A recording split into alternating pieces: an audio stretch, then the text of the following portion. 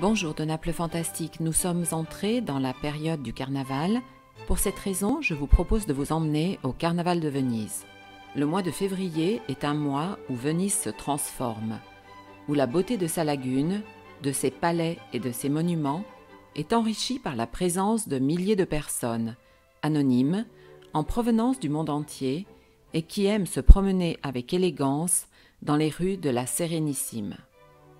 Toutes ces personnes sont masquées, costumées et elles aiment à être remarquées, photographiées et elles affichent aussi des poses courtoises et galantes. Mais avant tout, l'étymologie.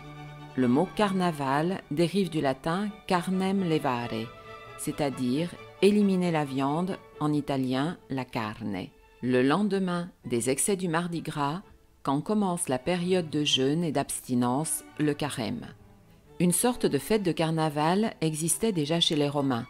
Il s'agissait des Saturnales, quand à cette période de l'année, l'ordre habituel était rompu et la population était invitée à transgresser, à oublier les classes sociales et à faire la fête tous ensemble.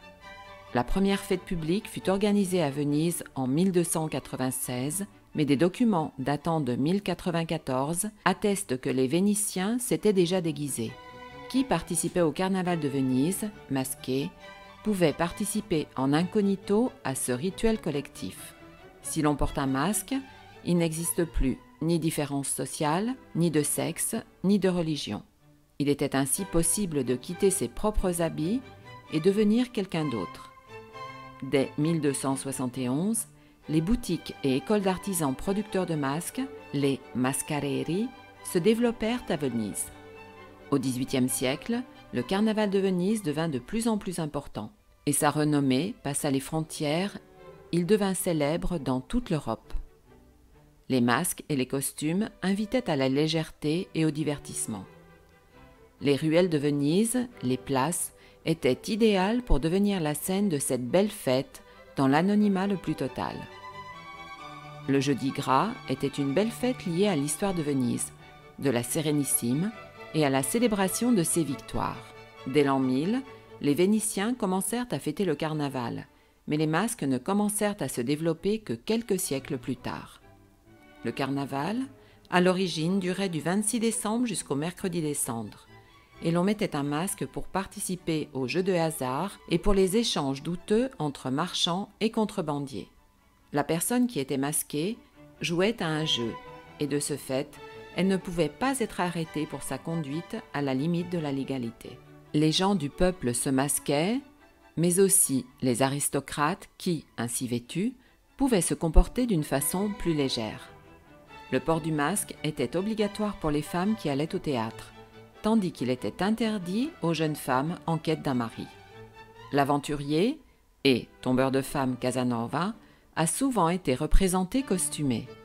À cause de l'occupation de Venise par Napoléon, puis par les Autrichiens en 1797, le carnaval fut interdit pour éviter les désordres et il fut livré à l'abandon pendant 2 siècles. Depuis 1979, de nombreuses associations de Vénitiens, en collaboration avec le célèbre théâtre La Fenice et la Biennale, ont redonné vie à cet événement mondialement connu.